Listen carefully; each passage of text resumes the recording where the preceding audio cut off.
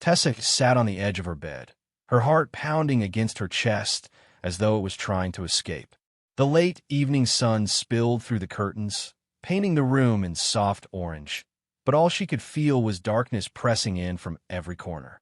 The voices downstairs were growing louder, her father, Charles, and her mother, Diane, speaking in hushed but firm tones. They were arguing, though they tried to mask it. They always argued when the subject came back to her. And tonight, she knew they weren't just arguing about grades, parties, or curfews. They were arguing about her life. She had overheard enough over the past week to piece it together. Charles had debts far larger than anyone could imagine for a man with his name and power. Her father had gambled not just his fortune, but his reputation away. And when the walls closed in, when his empire began to crumble, he reached out to the only people who could save him, the wrong people. The kind of people who didn't care about money alone. They wanted loyalty. They wanted blood. They wanted her. The first time she heard the name Vincent Moretti, it had been like a punch in the gut. The whispers about him were everywhere. Ruthless, dangerous, the Mafia heir who had inherited power and brutality in equal measure. A man whose empire was built on fear and obedience. And now, apparently, he wanted her. Tessa pressed her palms against her ears, wishing she could shut out the voices below. But the truth clawed at her no matter how much she resisted. Her father had promised her to Vincent in exchange for his debts being erased. Not as a girlfriend, not as a guest, but as property. Sold. A knock on the door startled her. Before she could answer, Diane stepped inside. Her mother's face looked tired, drawn from weeks of tension. She sat beside Tessa, reaching for her hand, but Tessa pulled away. "Don't touch me," Tessa said, her voice trembling. "Don't you dare try to comfort me when you're letting Dad, do this." Diane flinched but didn't let go. "Tessa, you don't understand. If we don't go through with this, everything we've built will be destroyed. Your father will be ruined. Our family will have nothing left. And that's supposed to be my problem? You're selling me to a monster, Mom. To a man who—" She broke off, her throat tightening. She wanted to scream, to throw something, to run and never come back. But there was nowhere to run. Vincent Moretti was everywhere, and her father had already signed her life away. "It's not like that," Diane whispered, though her eyes betrayed the truth. "Vincent, he doesn't do this lightly. He must have seen something in you." "Something in me?" Tessa laughed bitterly. "Like what? A bargaining chip? A pretty doll to put on his shelf? Don't sugarcoat it, Mom. I'm being sold. That's all this is." The door opened again, and Charles stepped in, his expression a mixture of guilt and authority. He looked older, weaker than she had ever seen him, but his voice was still commanding. "Enough, Tessa! You will not speak to your mother that way." She stood, her fists clenched. "And what about you, Dad? What do I say to you? Thank you for selling your daughter to the Mafia? Thank you for destroying my life to cover up your greed." His jaw tightened, but he didn't answer. Silence stretched between them until Diane reached for his arm, urging him to speak. Finally, Charles exhaled and said quietly, "You'll leave tomorrow. Vincent's men will come for you. It's done." Tessa stared at him, her vision blurring with tears she refused to let fall. "You're a coward," she whispered. "You're supposed to protect me. Instead, you've delivered me like a lamb to slaughter." Charles's shoulders slumped, but he didn't argue. He couldn't, because deep down, he knew she was right. That night, sleep didn't come. Tessa lay awake, staring at the ceiling, her mind racing with images of a man she'd never met, but whose reputation haunted her like a shadow. She imagined cold eyes, a cruel smile, a hand that tightened like a chain. She tried to picture escape, but every path seemed blocked. Her friends couldn't know. The police wouldn't help. And by sunrise, she realized the truth. She had no choice. When the black cars arrived the next day, the air around the house seemed to thicken with dread. Men in dark suits stepped out, their faces expressionless, their movements sharp and controlled. Diane cried softly, clutching Tessa's arm as if she could hold her back, but Charles urged her forward. Tessa kept her chin high, refusing to give them the satisfaction of seeing her break. Inside the car, The leather seats felt suffocating. The city blurred past the tinted windows, every familiar street turning foreign. She pressed her hands against her lap to keep them from trembling, forcing herself to breathe evenly. This was her life now. A cage. A deal sealed in blood and money. Hours later, the car pulled up to a sprawling estate that looked more like a fortress than a home. Iron gates rose high, lined with guards. The house itself was vast, elegant, intimidating. And at the top of the marble steps, waiting for her, was Vincent Moretti. He was taller than she expected, his presence commanding before he even spoke a word. Dark hair, sharp jawline, eyes that seemed to pierce right through her. Nothing about him looked merciful. Yet there was something else too, something that unsettled her more than fear. He looked curious, interested, as though she wasn't just another possession delivered to his doorstep. The men opened her door, and Tessa stepped out, her knees weak but her glare unwavering. She refused to bow her head, refused to act like she was beaten, even if inside she felt her world crumbling. Vincent's gaze followed her every move, and when she reached the top of the stairs, he smiled faintly. "Welcome, Tessa," he said, his voice smooth but laced with something dangerous. "I've been waiting for you." Her breath caught in her throat, and for the first time, she realized that whatever she had imagined about this man, about this life, wasn't enough. The real danger wasn't that he would hate her. The real danger was that he might want her, and she might not be able to stop herself from wanting him back. The doors of a Moretti estate closed behind Tessa with a heavy thud, sealing her fate in stone and silence. The marble floors stretched endlessly before her, every inch polished to perfection. Gold-framed portraits of stern men and elegant women watched her from the walls, each pair of eyes reminding her she didn't belong here. She was an outsider, a transaction, a debt repaid. Vincent walked beside her, not touching, not rushing, but his presence filled every space like a shadow that couldn't be shaken. He didn't look at her often, but when he did, it was with a sharpness that made her pulse quicken. She wanted to hate him. God, she wanted to hate him. But the way he moved, confident, deliberate, unyielding, made something else stir beneath her anger, something she didn't want to admit. "Your room is upstairs," he said finally, his voice calm, almost detached. "You'll find everything you need there. Clothes, toiletries, anything you might ask for. If something is missing, tell Maria." She glanced at him, her jaw tight. "So that's it? No chains? No guards at my door?" He stopped walking and turned to face her. For a moment, the air between them grew heavy, his eyes darkening. Then, with the faintest curve of his lips, he said, "I don't need chains, Tessa. You'll learn soon enough. When I want something, it stays." Her stomach twisted, but she forced herself not to look away. "You mean when you own something?" she shot back. His smile widened slightly, but it wasn't cruel. It was amused. "Perhaps. But you'll come to realize ownership isn't always a prison." She hated how his words lingered in her ears as she followed him up the grand staircase. Her room, when they arrived, was more beautiful than anything she'd ever seen. Luxurious fabrics draped across a massive bed, a balcony overlooking the manicure gardens, closets filled with designer clothes. It should have felt like paradise, but to her, it was just a prettier cage. "I'll leave you to rest," Vincent said, standing at the doorway. "Dinner is at 8. Don't be late." And with that, he was gone, leaving her alone with her thoughts, which swirled like a storm she couldn't control.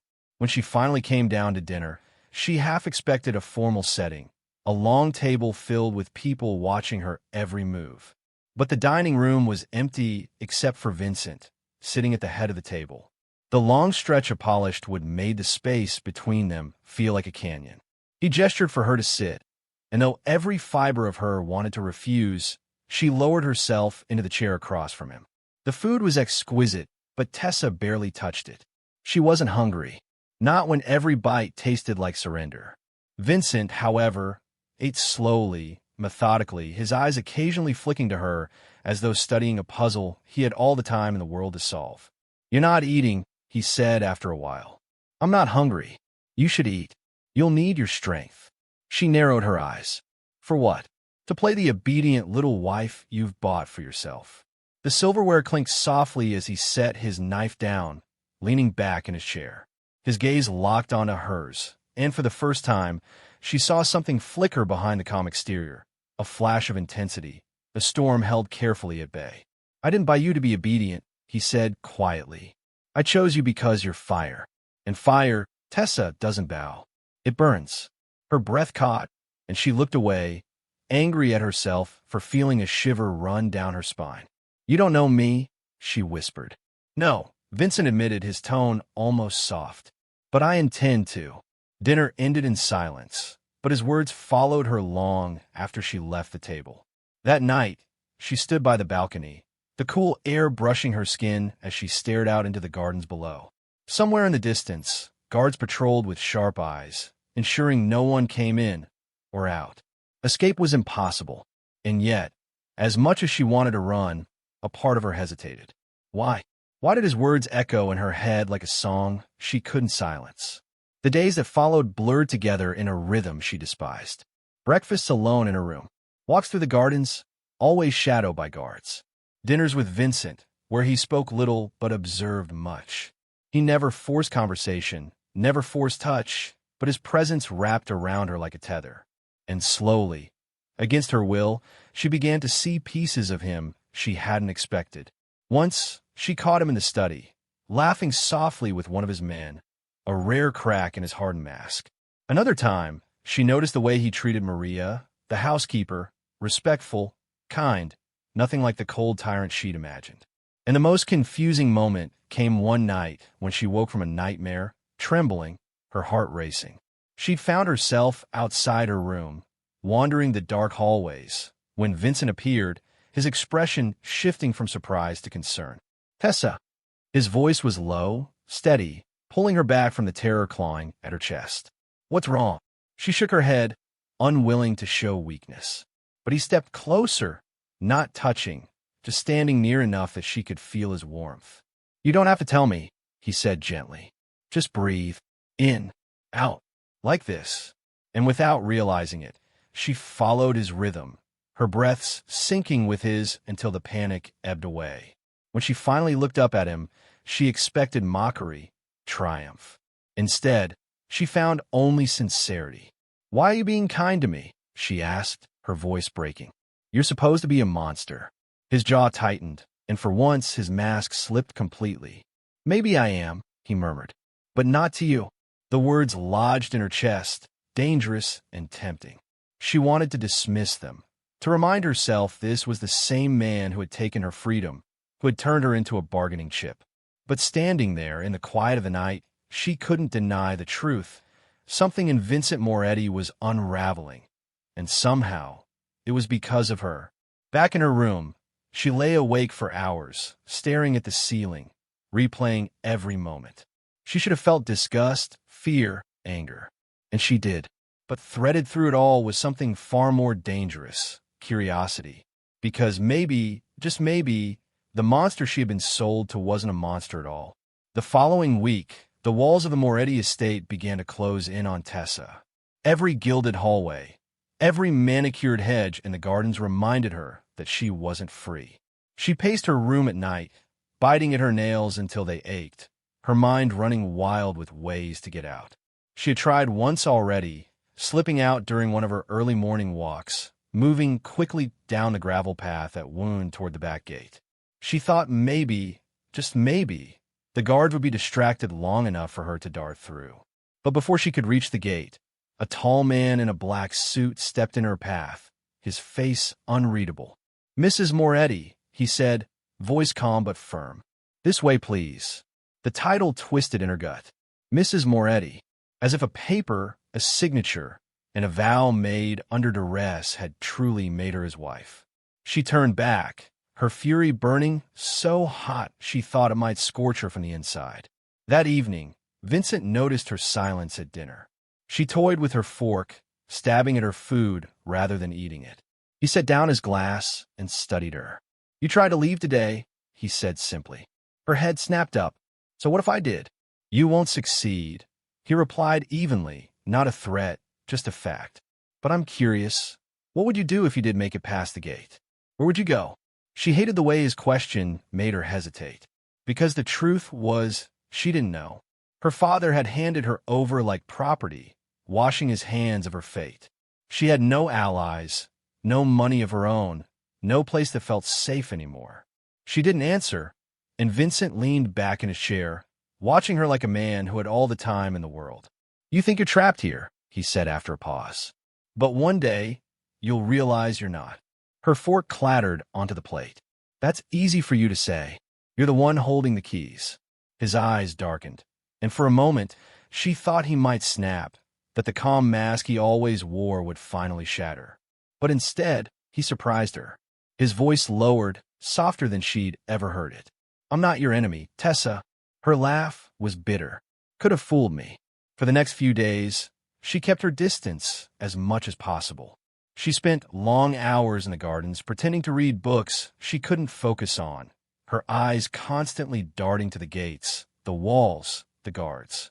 She thought about climbing, about hiding in delivery trucks, about anything that would put distance between her and Vincent Moretti. But then the storm came. It rolled in one evening, sudden and violent, rain slamming against the windows, thunder rattling the estate like the heavens themselves were angry. The power flickered once, then twice, before plunging the entire mansion into darkness. Tessa stumbled out of her room, her phone's flashlight barely piercing the black. The storm had always terrified her since childhood, something about the way it swallowed the world whole, leaving her small and powerless. She made her way through the dark hall, her pulse racing, until she bumped into someone solid. A hand caught her arm, steady and warm. "Tessa." She froze. Vincent's voice, low and calm, grounded her in the chaos. He lifted a candle in his other hand, its flickering light illuminating his sharp features. For once, there was no coldness in his eyes, only a strange, steady warmth. "You're shaking," he said, his thumb brushing lightly against her arm before he seemed to realize what he was doing and let go. "I'm fine," she lied, her voice unsteady. He tilted his head, studying her. Then, without another word, he held the candle out. "Come with me." She should have refused. She should have gone back to her room, slammed the door, and waited for the storm to pass. But instead, she followed him down the corridor, her footsteps quick to keep up with his long strides. He led her into the library, a cavernous room lined with shelves that stretched to the ceiling. A fire had been lit in the grand fireplace, casting the room in a warm glow. She hadn't even realized someone had managed to start it during the blackout. Vincent set the candle down and gestured toward the couch. "Sit. The storm won't last forever." She hesitated, then sank into the cushions, hugging her knees to her chest. He poured a glass of whiskey and handed it to her, but when she didn't take it, he set it on the table instead and sat across from her. For a long while, the only sound was the crackle of the fire and the rumble of thunder outside. Finally, she broke the silence. "Why me? Why did it have to be me?" He didn't answer right away. He stared into the fire, his jaw tight, as if weighing how much truth he should reveal. When he finally spoke, his voice was softer than she expected. "Because your father owed more than money.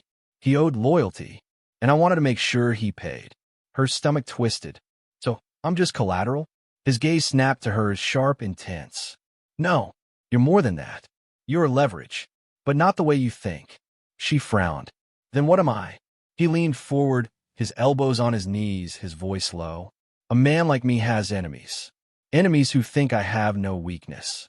But the moment you walked into my life, Tessa, they were wrong. You are my weakness." Her breath caught, and for a moment, she couldn't speak. He wasn't supposed to say things like that.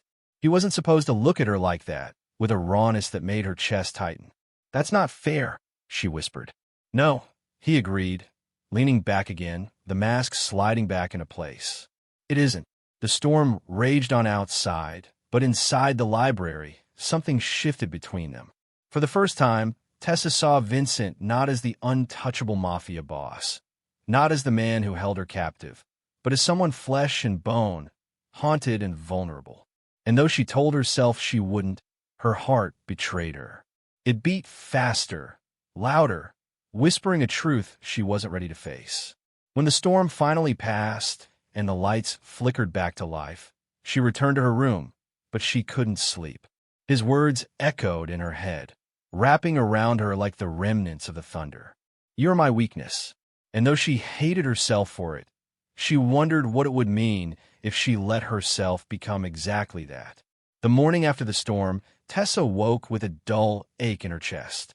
She told herself it was from lack of sleep, from tossing and turning through the night, replaying every word Vincent had said. But as she stood by the window watching the gray dawn spread over the estate, she knew it wasn't just that. She hated that his words had lodged in her, impossible to shake. "You're my weakness."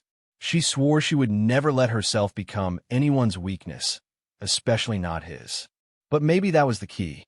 If she could find a way to use what he felt, whatever it was, then maybe she could finally free herself. At breakfast, she kept her face blank, her tone polite, answering his occasional remarks with clipped responses. But behind her calm exterior, her mind raced. She needed information. About him. About his enemies. About whatever leverage she could grab. And to do that, she needed to play her role better. She needed to make him trust her. By late afternoon, she wandered into his study, feigning curiosity. The room was all dark wood and leather, the air thick with cigar smoke that lingered even when no one was smoking.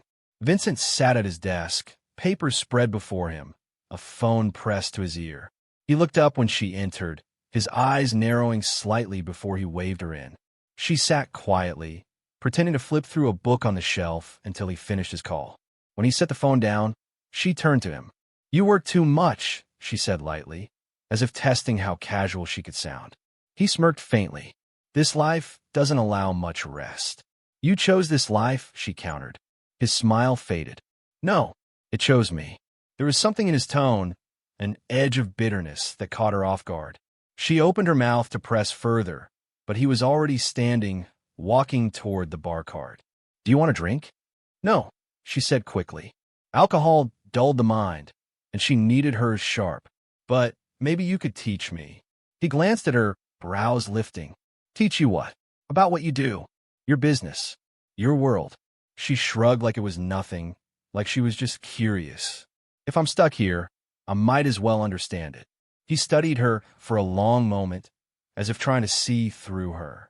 Finally, he poured himself a glass of bourbon and returned to his desk. "Careful what you wish for." Over the next week, he did tell her things. Not everything, never details that could truly hurt him, but enough for her to start piecing together a picture. Names dropped in conversation. Meetings she overheard from the doorway. A list of associates she saw in an open folder before he closed it.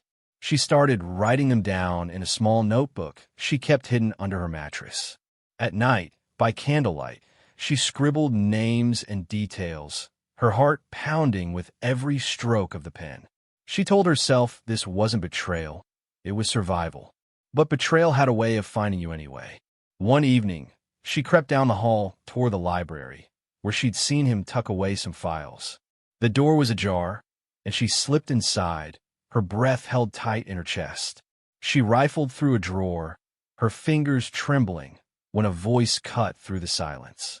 Looking for something, she spun around, the files slipping from her hands. Vincent stood in the doorway, his expression unreadable, his gaze sharp enough to pin her in place. Her mouth went dry. I was just. "Don't lie to me," he said softly, stepping closer. The softness in his voice was more dangerous than a shout. "What were you hoping to find?" Her pulse thundered in her ears. If she admitted the truth, he might kill her.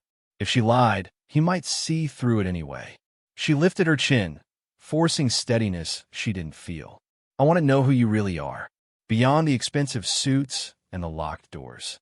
For a long moment, he just looked at her, the silence stretching taut between them. Then he closed the distance, his hand brushing against her cheek. Not rough, but not gentle either. "You're playing with fire, Tessa." Her breath hitched. "Maybe I don't mind the burn." His jaw tightened, and for a heartbeat, she thought he would kiss her. Instead, he stepped back, his mask slipping back into place. "Go back to your room. Now." She obeyed, her legs shaky beneath her, but once the door shut behind her, she pressed her back against it and sucked in a shaky breath. The truth was, she hadn't just been terrified. A part of her had been thrilled, alive in a way she hadn't felt in years. And that terrified her more than anything. The next day, everything shifted. Vincent announced they were hosting a dinner, a gathering of his closest associates. The estate buzzed with preparation, staff rushing through halls, flowers arriving by the truckload, wine cases carried into the cellar. Tessa was fitted for a gown, sleek and black, that hugged her figure in ways that made her blush when she saw her reflection. When Vincent appeared in his suit that evening, crisp and commanding, she caught herself staring too long. He noticed. His smirk was small, but it was there. At the dinner, she sat at his side, her smile polite, her posture perfect. She listened as men with dangerous eyes toasted to power and loyalty, as women dripped diamonds and whispered gossip. And then she caught it, a slip, a careless remark from one of the guests about Vincent's beautiful wife being his soft spot. Her heart thudded. So it wasn't just her imagination. Others saw it too. Later that night, when the guests had gone and the house was quiet again, she approached him in the library. He was loosening his tie, exhaustion in the slump of his shoulders. "They think I'm your weakness," she said quietly. He froze, then turned to face her, his expression shadowed. "They're right." Her stomach flipped. She should have felt victorious. Instead, she felt exposed, vulnerable, like she'd been pulled into something she couldn't escape. Before she could respond, he closed the space between them, his hand brushing her jaw. This time, he didn't pull away. His lips hovered just a breath from hers, his eyes dark and searching. "Tessa," he murmured, like a warning, like a prayer. And then the phone rang, slicing the moment in half. He pulled back sharply, answering with a curt tone. She watched the color drain from his face as he listened.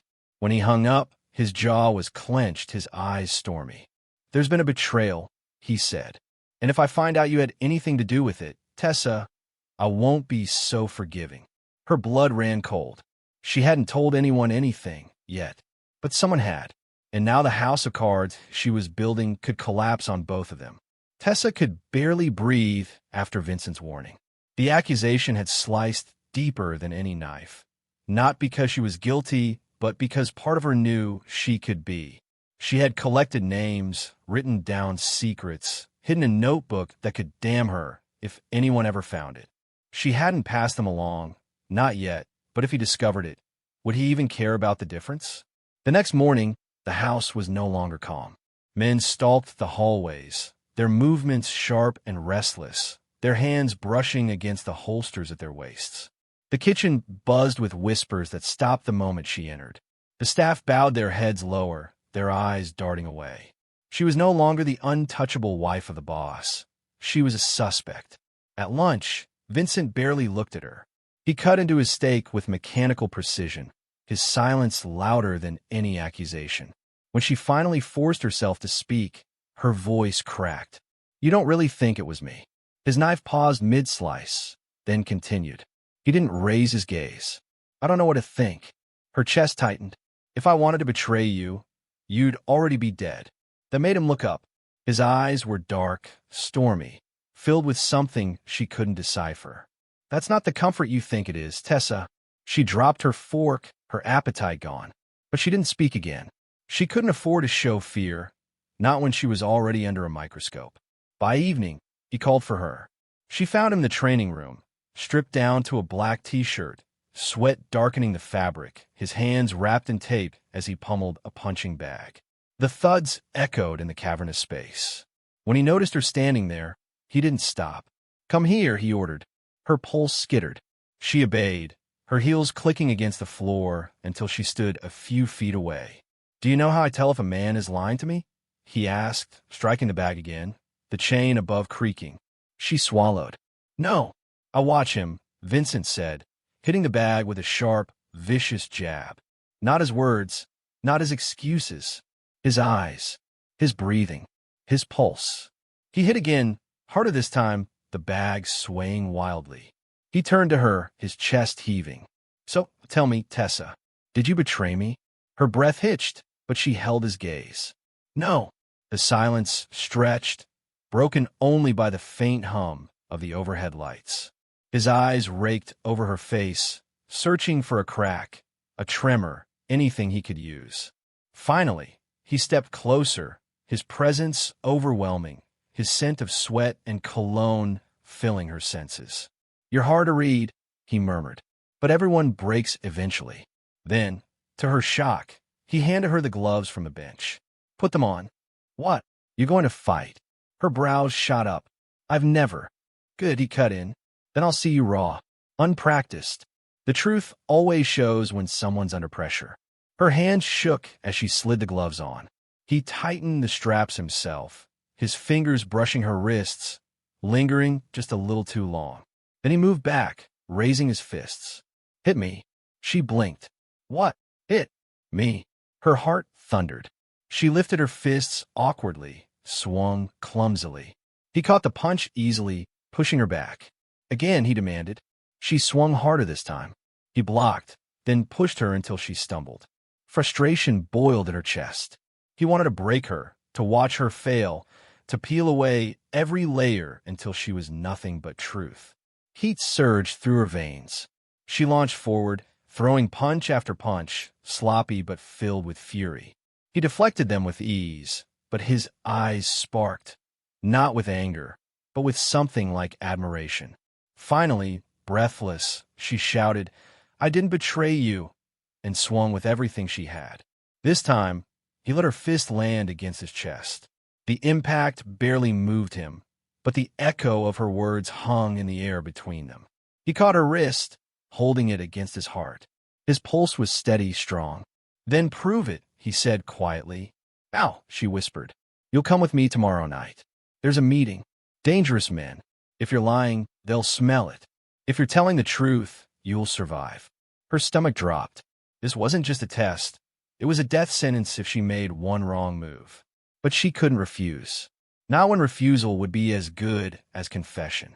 That night, she lay awake staring at the ceiling. The notebook under her mattress felt like it was burning through the sheets. She wanted to destroy it, to rip out every page and scatter the ashes into the night air. But she couldn't. That notebook was her insurance, her only power in a house where she had none. So she kept it hidden, and she prayed Vincent would never find it. The next evening, she dressed in a sleek gown, her nerves buzzing like live wires under her skin. Vincent looked devastating in his black suit, his presence commanding as always, but his eyes kept flicking toward her as if measuring whether she could survive what was coming. The drive to the meeting was silent, the car slicing through the city until it reached a dimly lit warehouse by the docks. Men stood guard outside, armed, their faces hard. Inside, the air was thick with cigar smoke and tension.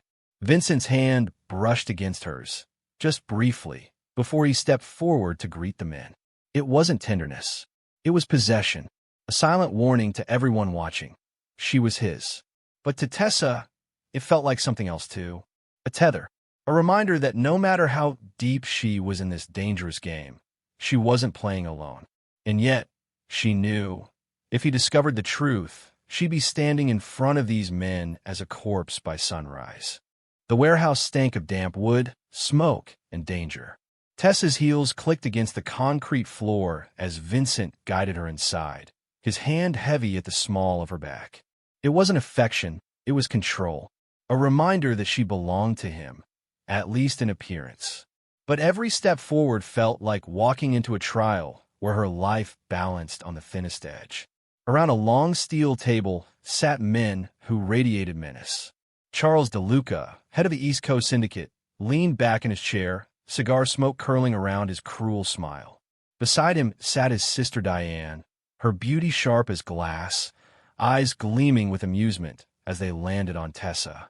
And across from them, a dozen other men, all predators, all watching. "So this is the wife," Charles drawled, puffing smoke toward her. "The one who tamed the great Vincent Moretti." A ripple of dark laughter moved around the table. Tessa kept her chin high, though her pulse hammered in her throat. "She's not here to be admired," Vincent said coolly, pulling out a chair for her. His voice was calm, but his eyes flickered briefly to hers. A warning. Speak carefully, move carefully, breathe carefully.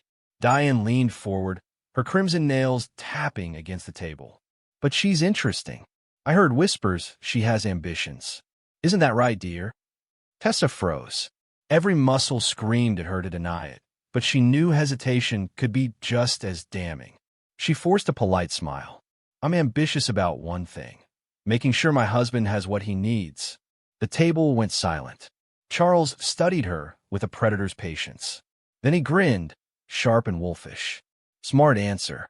Vincent's hand brushed hers under the table, just for a second. It wasn't tender. It was approval. Relief. But before she could process it, Charles's tone hardened. Still, I hear things. Information leaking. Routes compromised. Someone feeding details to the feds. And yet, his gaze slid to Tessa like a blade. Here you are. Right in the middle of it all. Tessa's blood ran cold. This was it. The test Vincent had promised. She could feel the eyes of every man in the room drilling into her, waiting for her to falter. I'm no snitch, she said firmly. And if you think I am, look me in the eyes when you say it. Charles smirked, but his gaze lingered, searching. Brave little thing. Then, in a flash, everything shifted. The doors at the far end of the warehouse slammed open. Men stormed in, guns drawn, their jackets marked with badges feds. Chaos erupted. Shots cracked, men shouted, chairs toppled. Tessa ducked instinctively, her heart slamming against her ribs. Vincent was on his feet in an instant, pulling her behind him as bullets ricocheted off the steel walls. His gun was already out, firing back with terrifying precision. But as he moved to shield her, a shadow emerged from the chaos. One of Charles's men, gun raised, aiming for Vincent's blind spot. Tessa didn't think. She grabbed the nearest object, a heavy glass ashtray, and hurled it. It struck the man's wrist with a sickening crack. He dropped the gun, cursing, and Vincent spun just in time to fire. The man went down. For a heartbeat, silence rang in her ears. Then Vincent's gaze snapped to hers, sharp and blazing. Shock. Then something deeper, something unreadable. But there was no time to linger. He grabbed her wrist and dragged her toward the back exit. Bullets followed. Men screamed, but somehow they burst out into the night air, the docks sprawling before them. Run, Vincent barked. She ran, her dress tangling around her legs, the cold air burning her lungs. Behind them, engines roared, FBI vehicles closing in. Vincent shoved her into a waiting car, jumped in beside her, and the driver slammed the accelerator. Tires screeched, and they sped into the darkness. Inside the car, the silence was deafening. Vincent's chest heaved, his jaw tight. He hadn't looked at her since they escaped. Tessa clutched the seat, her hands trembling, her mind replaying the moment she saved his life. Finally, he turned to her. His eyes were darker than she'd ever seen them, a storm of emotions she couldn't name. You could have run, he said quietly. You could have let him shoot me and ended everything. Her throat was dry. I didn't. No, he murmured, his gaze never leaving her. You didn't. The air between them thickened, heavy with something dangerous and intimate. For the first time since she entered his world, she felt like he wasn't just testing her. He was seeing her. But then he turned away, running a hand through his hair, his voice hard again. Don't think this changes anything. You're still under suspicion. One good act doesn't erase the questions. Her chest squeezed painfully, but she nodded. I know. Vincent leaned back, his jaw clenched, eyes fixed out the window. But even as he tried to distance himself, his hand brushed against hers on the seat. Not by accident. Not entirely. And Tessa knew, with a mix of dread and exhilaration, that something had shifted. She hadn't just saved his life. She'd crossed a line neither of them could ever uncross. The safe house was nothing like Vincent's world of tailored suits and crystal glasses. It was a crumbling building on the edge of the city, with peeling wallpaper and a faint smell of mold. But that night, it became their sanctuary. Vincent paced the narrow living room, his tie loose, his shirt streaked with soot. His mind was elsewhere, calculating, replaying, hunting for answers. Tessa sat on the worn sofa, arms wrapped around herself, trying to stop her body from shaking. The adrenaline was fading, and reality crept in like a cold tide. She had almost died. He had almost died. And somehow, in the chaos, she had chosen him. Not survival, not escape. Him. She could feel his gaze flicker toward her between steps, but it was sharp, dissecting, as though he was looking for cracks in her story. She hated how much it mattered, how badly she wanted him to look at her and see loyalty instead of suspicion. Finally, he stopped pacing and faced her. You didn't hesitate tonight. Her stomach twisted. Would you have preferred I did? The corner of his mouth twitched, but it wasn't a smile. Most people freeze when death is in their face. You didn't. I reacted, she said softly. That's all. His eyes narrowed, studying her as if the answer was written somewhere beneath her skin. Or maybe you were proving something. The accusation cut deeper than she expected. If saving your life isn't enough proof, then nothing will ever be. Silence pressed between them, heavy and unyielding. Vincent finally turned away, pulling a cigarette from his pocket, lighting it with sharp, practiced movements. The smoke curled through the air, and his voice came low. You're right. Maybe nothing will. The words should have made her angry. Instead, they left her hollow. She stood abruptly, needing space, needing air. But as she crossed the room, a knock rattled the door. Both of them froze.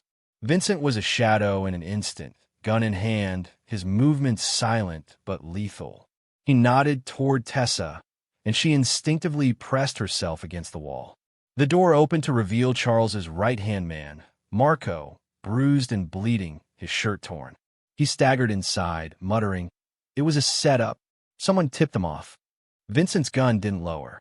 "Who?" Marco shook his head, spitting blood into the floor. "Don't know. But it wasn't the feds just getting lucky. They were waiting, Vincent, waiting for us." His gaze slid briefly toward Tessa. Vincent's jaw tightened. "Get out." Marco's eyes widened. "I came here loyal, bleeding for the family, and you throw me out? Out." Vincent repeated, his tone like ice. Marco cursed, staggering back into the night, leaving the room heavy with suspicion. Tessa's pulse thudded. She didn't miss the way Vincent's eyes had hardened after Marco's glance. She didn't miss the storm building inside him, a storm aimed squarely at her. "You think it's me?" she whispered. He exhaled smoke, slow and deliberate. "I think the timing is too perfect. I think you walked into this world out of nowhere, and since then, nothing has been the same." Her throat burned. "So, saving your life was a trick? Taking a bullet for your men was just part of some plan?"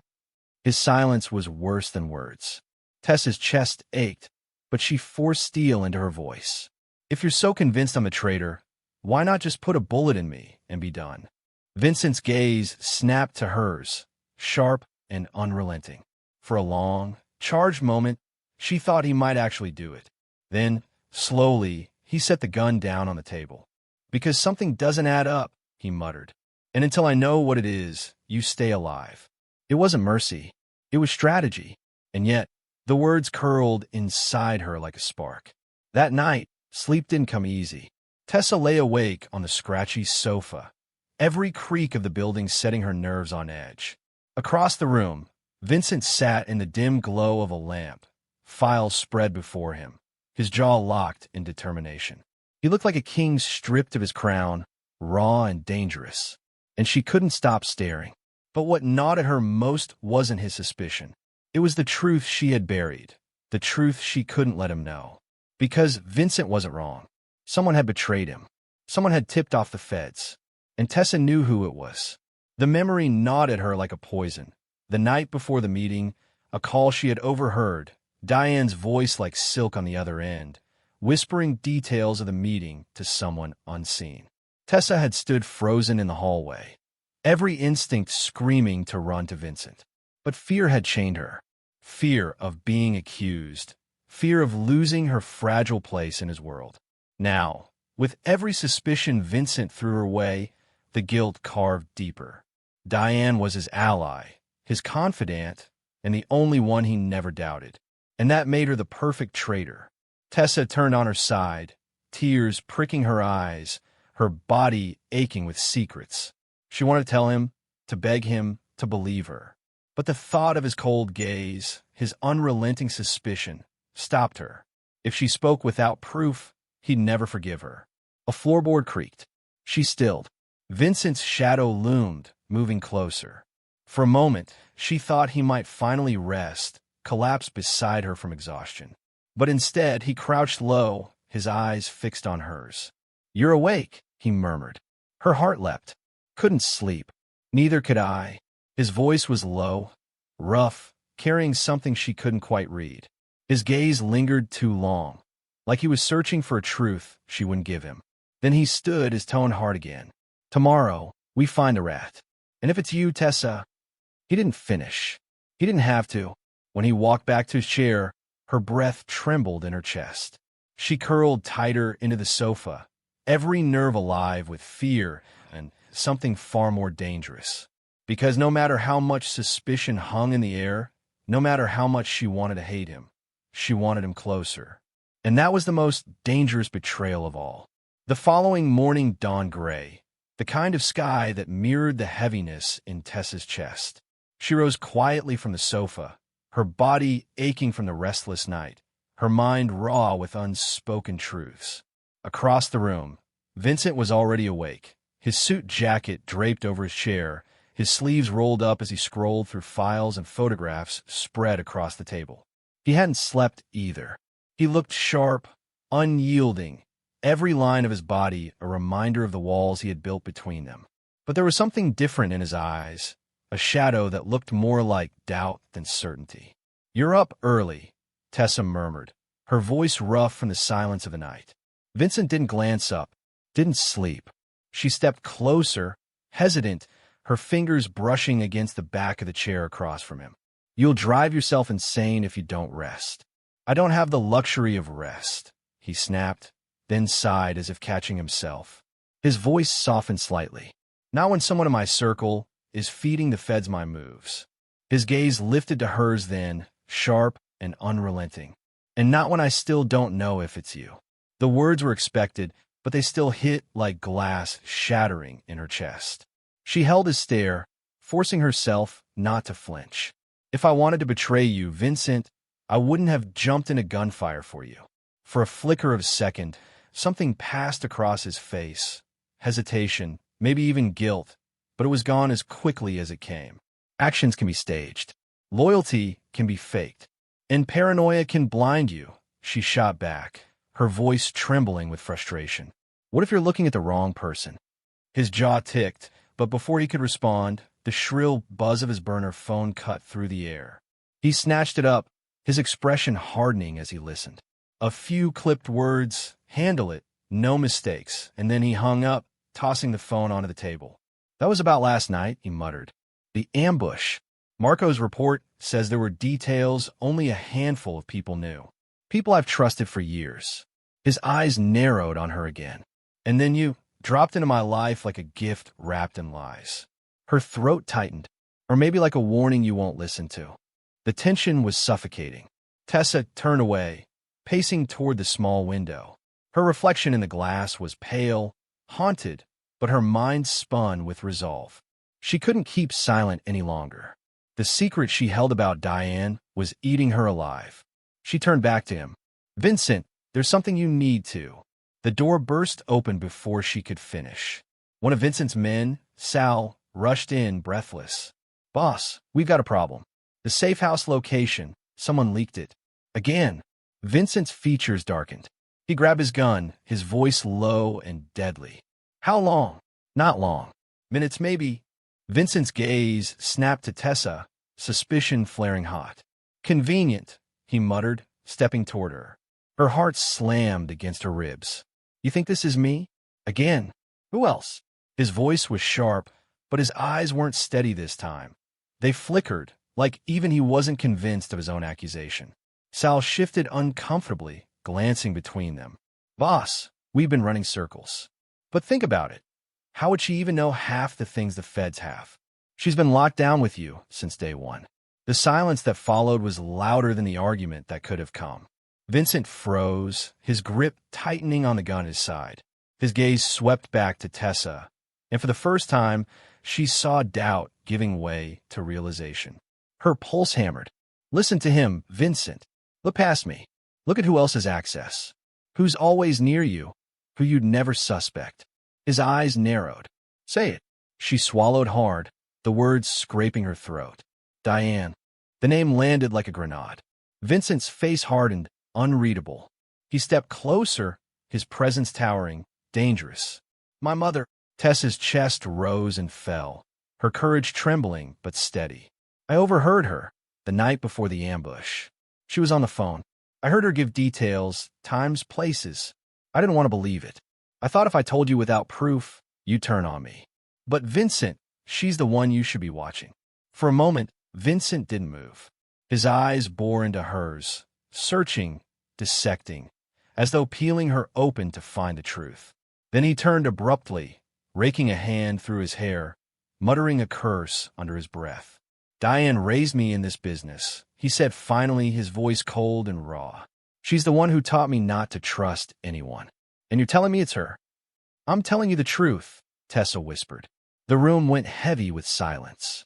Vincent's mind was a storm, and she could see it in every rigid line of his body. His whole life had been built on loyalty, and the one person he had never questioned was his mother. To believe Tessa meant unraveling everything he thought was unshakable. Sal broke the silence, his voice low. Boss, we've seen stranger betrayals. Blood doesn't mean loyalty. Vincent's eyes flickered, torn between fury and disbelief. He turned back to Tessa, stepping close, his hand gripping her chin, forcing her to meet his gaze. If you're lying to me, if this is some twisted move. I'm not, she said, her voice breaking with urgency. Vincent, I swear to you. The air between them burned, thick with suspicion, desperation, and something dangerously close to longing. His thumb brushed her jaw, not tenderly, but as though testing if she was real, if the fire in her eyes could be trusted. Finally, he released her, stepping back with a sharp inhale. If it's Diane, then she's been playing me for years. And if you're wrong, Tessa, I'm not. Her voice was steady now, her fear replaced by a fierce determination. Vincent stared at her for a long, searing moment, then turned to Sal. Give me proof. Quietly. If Diane is the rat, I want her caught in the act. No mistakes. Sal nodded quickly, slipping out the door. The room fell quiet again, the storm not gone but redirected.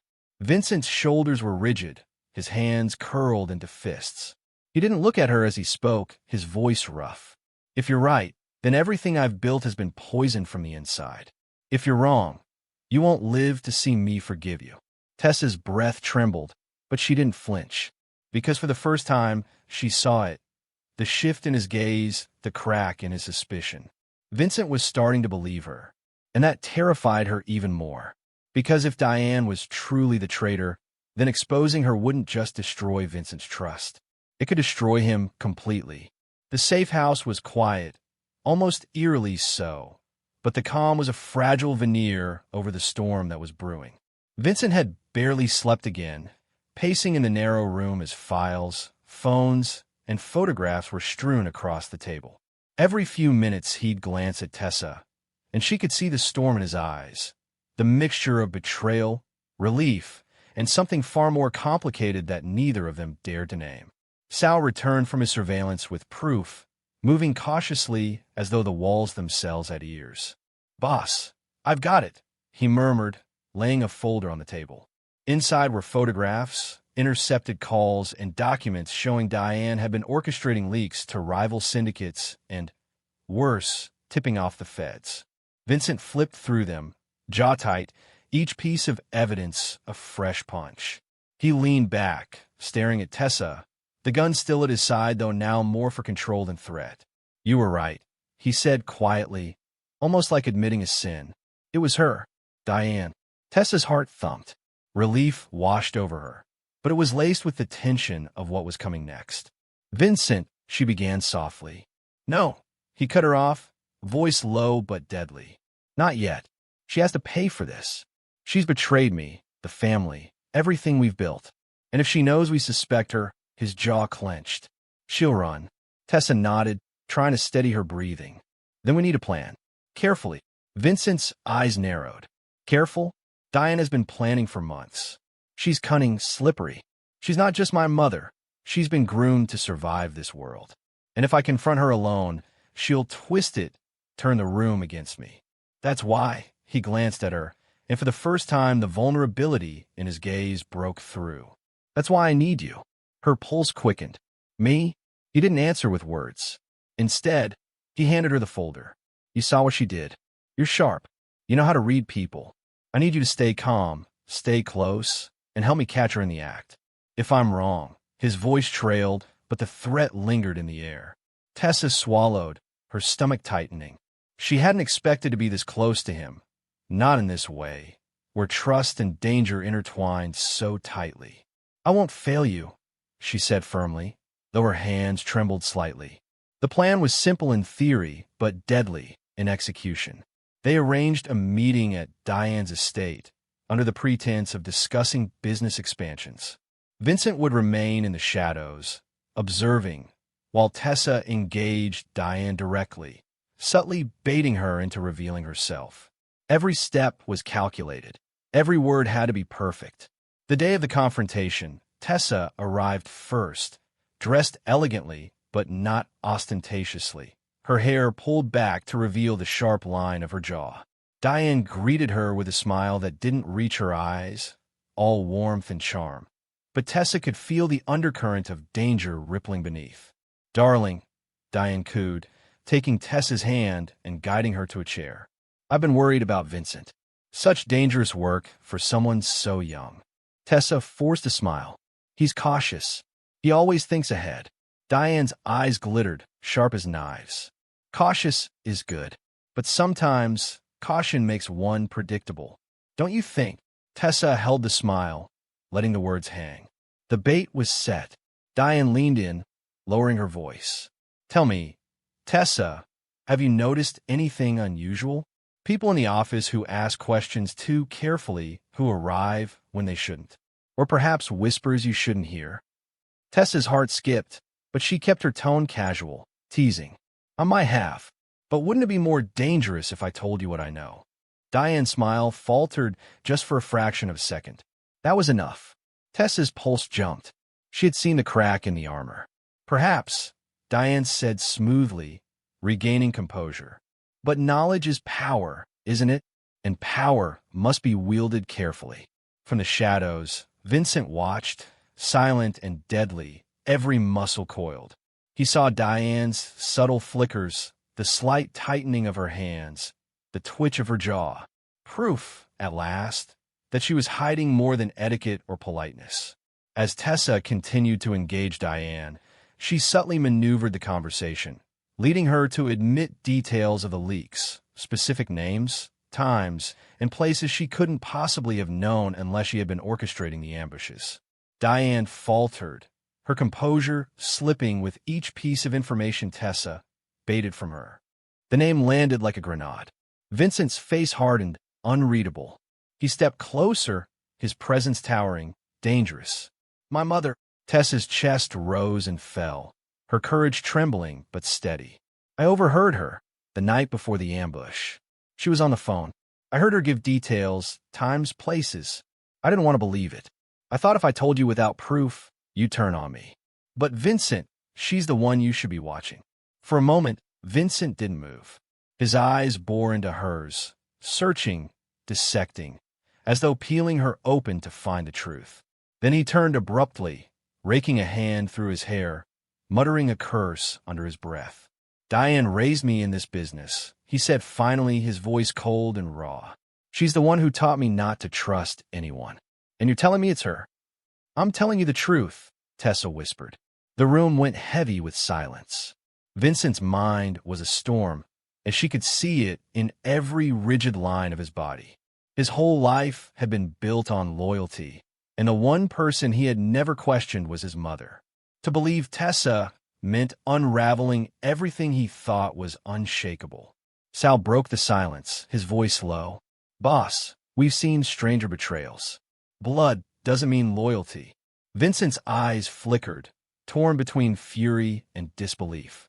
He turned back to Tessa, stepping close, his hand gripping her chin, forcing her to meet his gaze. "If you're lying to me, if this is some twisted move—" "I'm not," she said, her voice breaking with urgency. "Vincent, I swear to you." The air between them burned, thick with suspicion, desperation, and something dangerously close to longing. His thumb brushed her jaw, not tenderly, but as though testing if she was real, if the fire in her eyes could be trusted. Finally, he released her, stepping back with a sharp inhale. "If it's Diane, then she's been playing me for years. And if you're wrong, Tessa—" "I'm not." Her voice was steady now, her fear replaced by a fierce determination. Vincent stared at her for a long, searing moment, then turned to Sal. "Give me proof." Quietly. "If Diane is the rat, I want her caught in the act. No mistakes." Sal nodded quickly, slipping out the door. The room fell quiet again, the storm not gone but redirected. Vincent's shoulders were rigid, his hands curled into fists. He didn't look at her as he spoke, his voice rough. "If you're right, then everything I've built has been poisoned from the inside. If you're wrong, you won't live to see me forgive you." Tessa's breath trembled, but she didn't flinch, because for the first time, she saw it. The shift in his gaze, the crack in his suspicion. Vincent was starting to believe her, and that terrified her even more. Because if Diane was truly the traitor, then exposing her wouldn't just destroy Vincent's trust. It could destroy him completely. The safe house was quiet, almost eerily so, but the calm was a fragile veneer over the storm that was brewing. Vincent had barely slept again, pacing in the narrow room as files, phones, and photographs were strewn across the table. Every few minutes he'd glance at Tessa, and she could see the storm in his eyes, the mixture of betrayal, relief, and something far more complicated that neither of them dared to name. Sal returned from his surveillance with proof, moving cautiously as though the walls themselves had ears. "Boss, I've got it," he murmured, laying a folder on the table. Inside were photographs, intercepted calls, and documents showing Diane had been orchestrating leaks to rival syndicates and, worse, tipping off the feds. Vincent flipped through them, jaw tight, each piece of evidence a fresh punch. He leaned back, staring at Tessa, the gun still at his side, though now more for control than threat. "You were right," he said quietly, almost like admitting a sin. "It was her, Diane." Tessa's heart thumped. Relief washed over her, but it was laced with the tension of what was coming next. "Vincent," she began softly. "No," he cut her off, voice low but deadly. "Not yet. She has to pay for this. She's betrayed me, the family, everything we've built. And if she knows we suspect her," his jaw clenched, "she'll run." Tessa nodded, trying to steady her breathing. "Then we need a plan." Carefully. Vincent's eyes narrowed. "Careful? Diane has been planning for months. She's cunning, slippery. She's not just my mother. She's been groomed to survive this world. And if I confront her alone, she'll twist it, turn the room against me. That's why," he glanced at her, and for the first time the vulnerability in his gaze broke through. "That's why I need you." Her pulse quickened. "Me?" He didn't answer with words. Instead, he handed her the folder. "You saw what she did. You're sharp. You know how to read people. I need you to stay calm, stay close, and help me catch her in the act. If I'm wrong." His voice trailed, but the threat lingered in the air. Tessa swallowed, her stomach tightening. She hadn't expected to be this close to him. Not in this way, where trust and danger intertwined so tightly. "I won't fail you," she said firmly, though her hands trembled slightly. The plan was simple in theory, but deadly in execution. They arranged a meeting at Diane's estate, under the pretense of discussing business expansions. Vincent would remain in the shadows, observing, while Tessa engaged Diane directly, subtly baiting her into revealing herself. Every step was calculated. Every word had to be perfect. The day of the confrontation, Tessa arrived first, dressed elegantly but not ostentatiously, her hair pulled back to reveal the sharp line of her jaw. Diane greeted her with a smile that didn't reach her eyes, all warmth and charm. But Tessa could feel the undercurrent of danger rippling beneath. "Darling," Diane cooed, taking Tessa's hand and guiding her to a chair. "I've been worried about Vincent. Such dangerous work for someone so young." Tessa forced a smile. "He's cautious. He always thinks ahead." Diane's eyes glittered, sharp as knives. "Cautious is good, but sometimes caution makes one predictable. Don't you think?" Tessa held the smile, letting the words hang. The bait was set. Diane leaned in, lowering her voice. "Tell me, Tessa, have you noticed anything unusual? People in the office who ask questions too carefully, who arrive when they shouldn't, or perhaps whispers you shouldn't hear?" Tessa's heart skipped, but she kept her tone casual, teasing. "I might have, but wouldn't it be more dangerous if I told you what I know?" Diane's smile faltered just for a fraction of a second. That was enough. Tessa's pulse jumped. She had seen the crack in the armor. "Perhaps," Diane said smoothly, regaining composure. "But knowledge is power, isn't it? And power must be wielded carefully." From the shadows, Vincent watched, silent and deadly, every muscle coiled. He saw Diane's subtle flickers, the slight tightening of her hands, the twitch of her jaw. Proof, at last, that she was hiding more than etiquette or politeness. As Tessa continued to engage Diane, she subtly maneuvered the conversation, leading her to admit details of the leaks, specific names, times, and places she couldn't possibly have known unless she had been orchestrating the ambushes. Diane faltered, her composure slipping with each piece of information Tessa baited from her. Vincent's hand rested on the gun at his side, but his gaze never left Diane. Every instinct screamed that the endgame was near. And when Diane's arrogance finally broke, when she let slip an admission about the latest shipment leak, Vincent stepped out from the shadows like a storm, his presence overwhelming. "Diane," he said, his voice cold, lethal, echoing in the grand room. "You've lied to me, betrayed me, and endangered everything I've built. How long were you planning this?" Diane's eyes widened, shock mingled with fury. "Vincent, this isn't what you think." He cut her off, gun raised but not yet firing. "It is exactly what I think. Every whisper, every movement, every coincidental failure. You've been feeding information to the feds, to our rivals, risking lives for your own gain." Tessa stepped closer, keeping her voice calm, measured. "It's all here," she said, holding out the folder. Diane's face paled as she recognized the evidence. "Every detail you try to hide." Diane's shoulders stiffened, her mask cracking. You think you can ruin me with papers and photographs?" Vincent's eyes blazed. "I don't need to ruin you with them. You've already ruined yourself." He motioned for Sal to move forward to secure Diane. Diane's eyes flicked to Tessa, venom and disbelief in her gaze. "And you," she spat. "You've been manipulating him, using your wits, your charm." Tessa's pulse pounded, but she held her head high. "I didn't manipulate anyone. I did what needed to be done to protect the man and the empire he built." "You betrayed us both, Diane."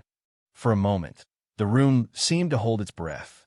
Then Diane lunged for the phone, trying to call for backup, but Sal was faster, tackling her to the ground. Vincent stepped forward, gun trained, ready to end the moment if necessary. Diane's resistance was futile. Finally, she stopped struggling, the fight draining from her body. Vincent's gaze swept over her, unflinching. "It's over. You're done." The air was thick with tension, but a strange relief settled over the room. Tessa exhaled, feeling the weight of the past weeks lift slightly. Vincent turned to her, his expression unreadable, but softer than it had been in weeks. "You were right," he murmured, voice low. "I doubted you. And you saved everything." "Save me." Tessa felt a flicker in her chest, a dangerous, thrilling warmth. "I just did what was right," she said softly. He stepped closer, the tension between them crackling, the storm of suspicion giving way to something else, something neither could ignore any longer. But for now, the empire was safe, Diane was exposed, and the stage was set for the final act. Because the past could be confronted, the traitor unmasked, but the future, Vincent and Tessa, remained uncertain, electric, and dangerously close to something neither of them had expected, but both secretly wanted. The mansion was quiet now, but not peaceful. Diane had been taken into custody by Vincent's most trusted men, her attempts to escape and manipulate ending in failure. Vincent paced the study, a storm of thoughts swirling in his mind, the weight of betrayal still pressing heavily on his shoulders. Tessa stood near the doorway, her hands folded in front of her, watching him.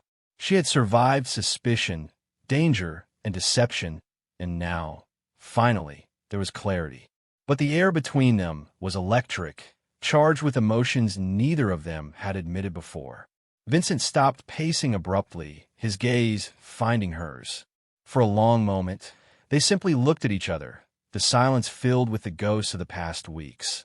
The ambushes, the lies, the threats, and the near-death moments. He started, then faltered, unsure if words could express the mixture of relief, anger, and something deeper that had been growing between them. Tessa took a tentative step forward. "Vincent," she whispered, "it's over. Diane won't hurt anyone else. The Empire is safe." He exhaled sharply, running a hand through his hair. "Yes, the Empire is safe, but I nearly lost everything, Tessa. I nearly lost you. And for weeks, I didn't know who to trust." She stepped closer, her voice gentle but firm. "You don't have to worry about that anymore.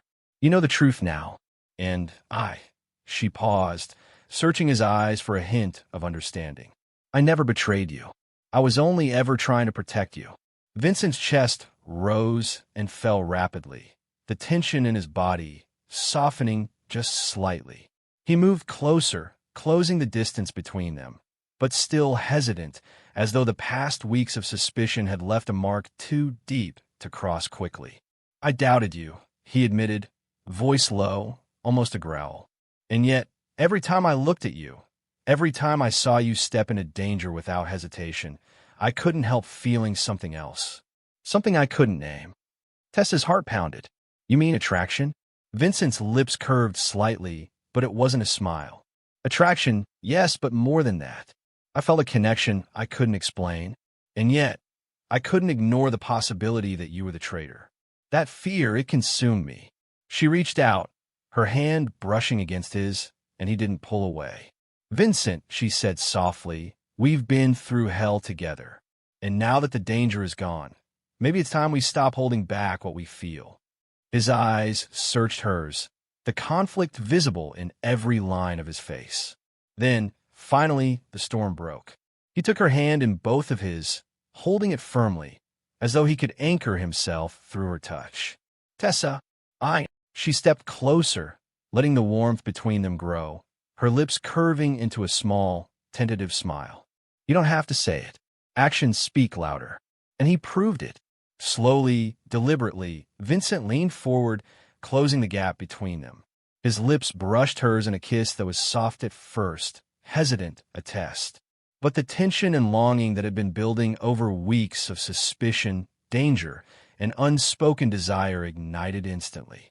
The kiss deepened, consuming, as if both of them had been waiting for this moment their entire lives.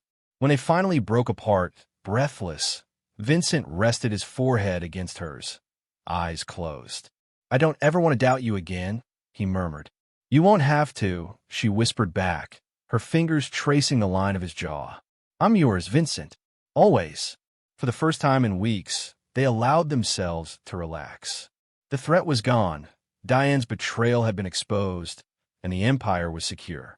But beyond that, there was a promise of something more, a future they could build together, free from suspicion and fear. Vincent pulled back slightly, his expression serious but softened by relief. "There's one thing I need to ask," he said, his voice low and intense. "Will you stay by my side, Tessa? Not just as an ally, but as my partner? For everything. Business, life, us." Tessa's eyes filled with tears, but this time they were tears of happiness, not fear. "Yes," she said firmly. "I'll stay by your side. Always." The relief in Vincent's features was unmistakable. He pulled her into another embrace, holding her tightly, as if he could shield her from every danger the world could throw at them. And in that moment, all the chaos, the betrayal, the fear, they melted away, leaving only the two of them, finally free to be together. Later, in the quiet of the safe house, they sat together, discussing the empire, their next moves, and, for the first time, their future. Vincent's hands rested on hers, and every touch carried a silent promise. Trust, loyalty, and love, finally unshackled from suspicion. "We've survived everything," Tessa said softly. "And yet, I've never felt more alive." Vincent's eyes softened. "You've been my anchor through it all. Without you, I would have been lost." He paused, a small, mischievous smile tugging at his lips. "And now, we get to write the rest of our story." Tessa laughed softly, the sound light and free, a stark contrast to the tension that had dominated their lives for weeks. "Then let's make it a good one." Vincent leaned in, capturing her lips again, this time with a confidence that spoke of trust, desire, and the promise of forever. The kiss was long, unhurried, a declaration of everything they had survived and everything they had yet to experience together. The days that followed were a blur of rebuilding, planning, and solidifying their empire. Diane's absence left a gaping hole, but Vincent's leadership, combined with Tessa's insight and courage, ensured the business remained intact and stronger than ever. They worked side by side, their partnership in both business and life growing stronger with each passing day.